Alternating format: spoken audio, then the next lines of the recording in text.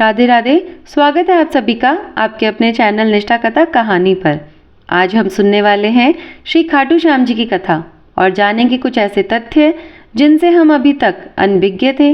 तो चलिए जानते हैं खाटू श्याम जी के अवतरण की कथा, कैसे उनका नाम पड़ा श्याम जी के नाम पर और किस तरह से वह हारे का सहारा बन गए।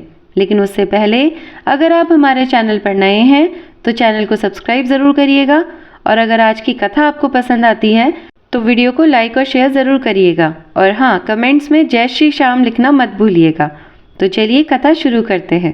महाभारत काल में लगभग 5,500 वर्ष पहले एक महान आत्मा का अवतरण हुआ जिसे हम भीम पौत्र बर्बरीक के नाम से जानते हैं।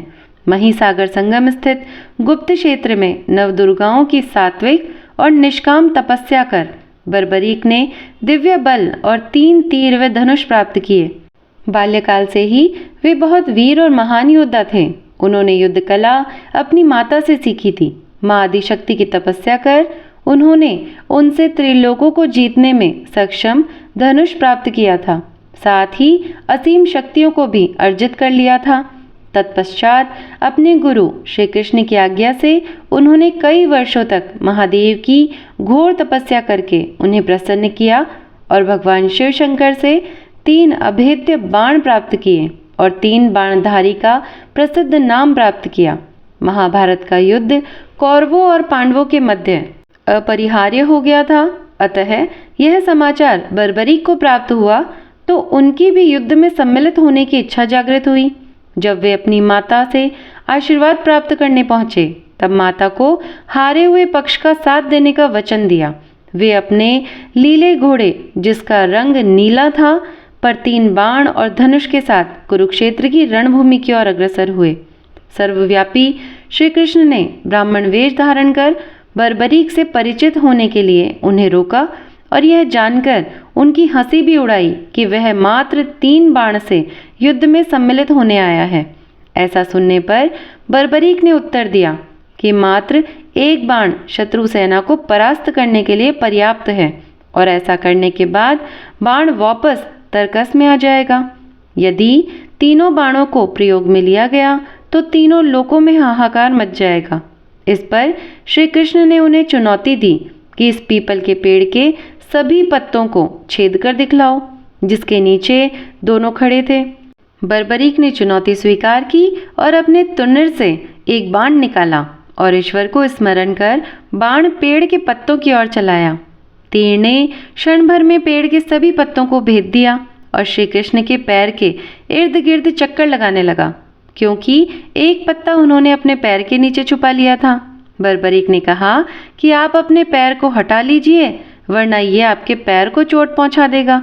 श्री कृष्ण ने बालक बर्बरीक से पूछा कि वह युद्ध में किस ओर से सम्मिलित होगा, तो बर्बरीक ने अपनी माँ को दिए वचन दोहराए कि वह युद्ध में उस ओर से भाग लेगा जिस ओर की सेना निर्बल हो और हार की ओर अग्रसर हो। श्री कृष्ण जानते थे कि युद्ध में हार तो कौरवों की ही निश्चित है और इस पर अगर बर्बरीक ने उनका साथ दिया तो परिणाम उनके पक्ष में ही होगा। ब्राह्मण वेश में श्री कृष्ण ने बालक से दान की अभिलाषा व्यक्त की। इस पर वीर बर्बरीक ने उन्हें वचन दिया कि अगर वो उनकी अभिलाषा पूर्ण करने में समर्थ होगा तो अवश्य करेगा। श्री कृष्ण ने उनसे शीश का दान मांगा। बालक बर्बरीक क्षण भर के लिए चकरा गया, परंतु उसने अपने वचन की दृढ़ता जताई। बालक बर्बरीक ने ब्राह्मण से अपने वास्तविक रूप से अवगत कराने की प्रार्थना की और श्री कृष्ण के बारे में सुनकर बालक ने उनके विराट रूप के दर्शन की अभिलाषा व्यक्त की। श्री कृष्ण ने उन्हें अपना विराट रूप दिखाया। उन्होंने बर्बरीक को समझाया कि युद्ध आरंभ होने से पहले युद्ध भूमि की पूजा के लिए एक वीरवर क्षत्रिय के शीश के दान की आवश्यकता होती है। उन्होंने बर्बरीक को युद्ध में सबसे वीर की उपाधि से अलंकृत किया, अतएव उनका शीश दान में मांगा।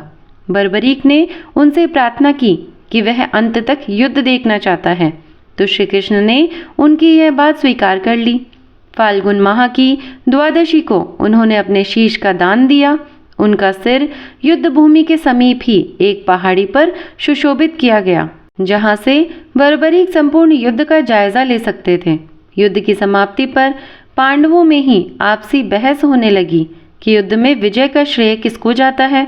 इस पर श्री कृष्ण ने उन्हें सुझाव दिया कि बर्बरीक का शीश संपूर्ण युद्ध का साक्षी है, अतएव उससे बेहतर निर्णायक भला कौन हो सकता है। इसी बात पर सभी सहमत हो गए। बर्बरीक के शीश ने उत्तर दिया कि श्री कृष्ण ही युद्ध में विजय प्राप्त कराने में सबसे महान कार्य किया है। उनकी शिक्षा, उनकी उपस्थिति, उनकी युद्ध नीति ही निर्णायक थी। उन्हें युद्ध भूमि में सिर्फ उनका सुदर्शन चक्र घूमता हुआ दिखाई दे रहा था, जो कि शत्रु सेना को काट रहा था। यह सुनकर श्री कृष्ण ने बर्बरीक को वर दिया और कहा कि तुम मेरे श्याम नाम से पूजे जाओगे।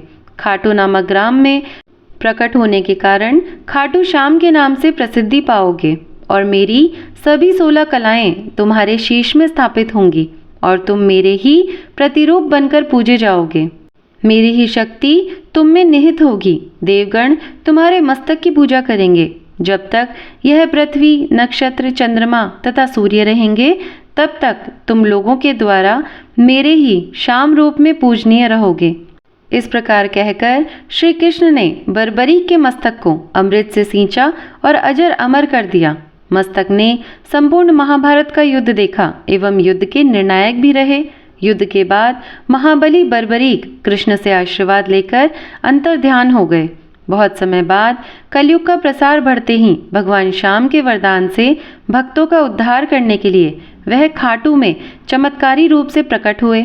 एक गाय घर जाते समय रास्ते में एक स्थान पर खड़ी होकर चारों थनों से दूध की धाराएं बहाती थी। जब ग्वाले ने यह दृश्य देखा तो सारा वृतांत भक्त नरेश खंडेला के जो राजा हुआ करते थे उस समय उनको सुनाया। राजा भगवान का स्मरण कर भाव विभोर हो गए। स्वप्न में भगवान श्री श्यामदेव ने प्रकट होकर कहा कि मैं श्यामदेव हूँ। जिस स्थान पर गाय के थन से दूध निकलता है वहाँ मेरा शालिग्राम स्वरूप शिला रूप में है। खुदाई करके विधि विधान से उसे प्रतिष्ठित करवा दो। मेरे शिला विग्रह को पूजने जो खाटू आएंगे उनका सब प्रकार से कल्याण होगा। खुदाई से प्राप्त शिलारूप विग्रह को विधिवत शास्त्रों के अनुसार प्रतिष्ठित कराया गया। भारत देश के राजस्थान राज्य के सीकर जिले में एक प्रसिद्ध गांव है जहां पर बाबा श्याम का विश्व विख्यात मंदिर है। यह मंदिर 1027 ईस्वी में रूप सिंह चौहान और नर्मदा कंवर द्वारा बनाया गया। इस मंदिर में भीम के पौत्र और घटोत्कच के तीनों पुत्रों में से ज्येष्ठ पुत्र बर्बरीक के सिर की पूजा होती है, जबकि बर्बरीक के शरीर की पूजा हरियाणा के हिसार जिले के एक छोटे से गांव स्याहड़वा में होती है। तदंतर उस स्थान पर मंदिर का निर्माण कराया गया और कार्तिक माह की एकादशी को शीश मंदिर में सुशोभित किया गया, जिसे बाबा श्याम के जन्मदिन के रूप में मनाया जाता है। मूल मंदिर की अगर हम बात करें तो उसे 1027 ईस्वी में रूप सिंह चौहान और उनकी पत्नी नर्मदा कंवर द्वारा बनाया गया था और मारवाड़ के शासक ठाकुर के दीवान अभय सिंह ने ठाकुर के निर्देश पर 1720 ईस्वी में मंदिर का जीर्णोद्धार भी करवाया था। तो यह थी हमारे खाटू में स्थित खाटू श्याम जी की कथा। ये वीडियो और ये कथा आपको कैसी लगी? अगर पसंद आई हो तो वीडियो को लाइक और शेयर करिएगा और कमेंट में जय श्री श्याम लिखना बिल्कुल मत भूलिएगा। और अगर हाँ आप चैनल पर नए हैं तो चैनल को सब्सक्राइब ज़रूर करिएगा।